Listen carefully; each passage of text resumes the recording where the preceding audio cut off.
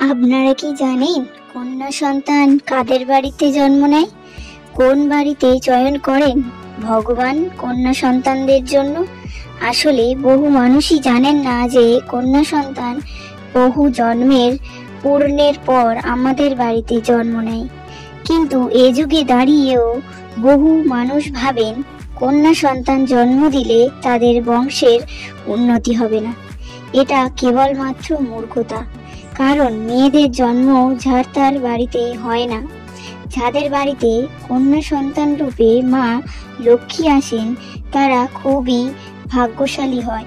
তাই আজকের এই ভিডিওতে জানবো ভগবান কোন বাড়িতে চয়ন করেন কন্যা সন্তানদের জন্য, কোন পুণ্যকর্ম করলে পিতামাতার ঘরে কন্যা সন্তানের জন্ম হয়।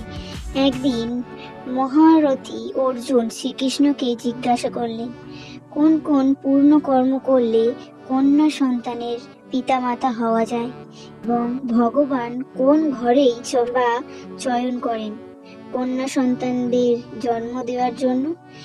এই কথা শুনে ভগবান শ্রীকৃষ্ণ বলেন, কন্যা সন্তান যার তার ঘরে তো হয় না, বরং সেই ঘরেই জন্মগ্রহণ করে যে তার ভার নিতে পারে।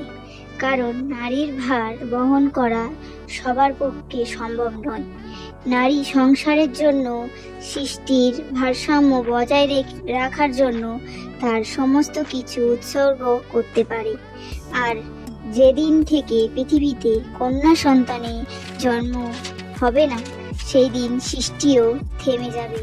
সৃষ্টির একদিন স্থির হয়ে যাবে এবং সমস্ত সৃষ্টির সমাপ্তি ঘটবে। যে বাড়িতে কন্যা সন্তান জন্মায় তার স্বর্গ ন্যায় স্থান। কারণ পুত্র সন্তান শুধুমাত্র নিজের বংশকে উন্নত করে, বিস্তার করে, কিন্তু কন্যা সন্তান দুই বংশের উন্নতি সাধন করে। আপনারা একটা কথা শুনেছেন যে কন্যা সন্তান পিণ্ডদান করতে পারে না। কথাটা কিন্তু সম্পূর্ণ সত্য নয়।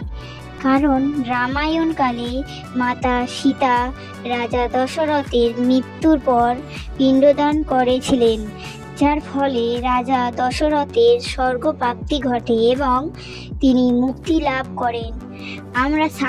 আমাদের শাস্ত্রে বলা হয়েছে যে একটি মেয়ে তার বাবার পিণ্ডদান করতে পারবেন এবং শ্বশুর বাড়িতে যদি কোনো পুত্র সন্তান না থাকে তাহলে পুত্রবধূ পিণ্ডদানের অধিকার লাভ করে।